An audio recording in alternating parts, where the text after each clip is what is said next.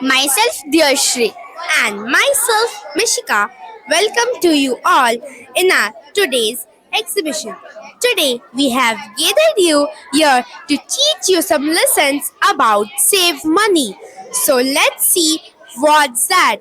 Our topic is save money. Choose a goal to save for means choose a goal to save for in a month, in a week, or a year. And our next is shop smarter. Shop smarter means shop smarter. Don't take the remake and take the original ones and don't get in the shop foolish things. And do not waste money on bad habits. The kids don't do all such things, but the elderly people do all such things like smoking, cigarettes. So don't do all such things and use the money box to save for. Our next topic is watch your savings grow.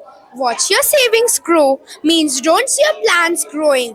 See your amount or salary it is increasing or decreasing.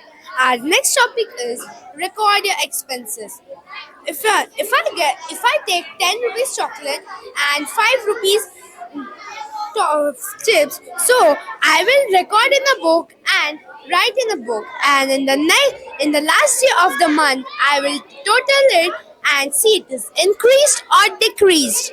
And our next is plan a budget. Plan a budget means thank you.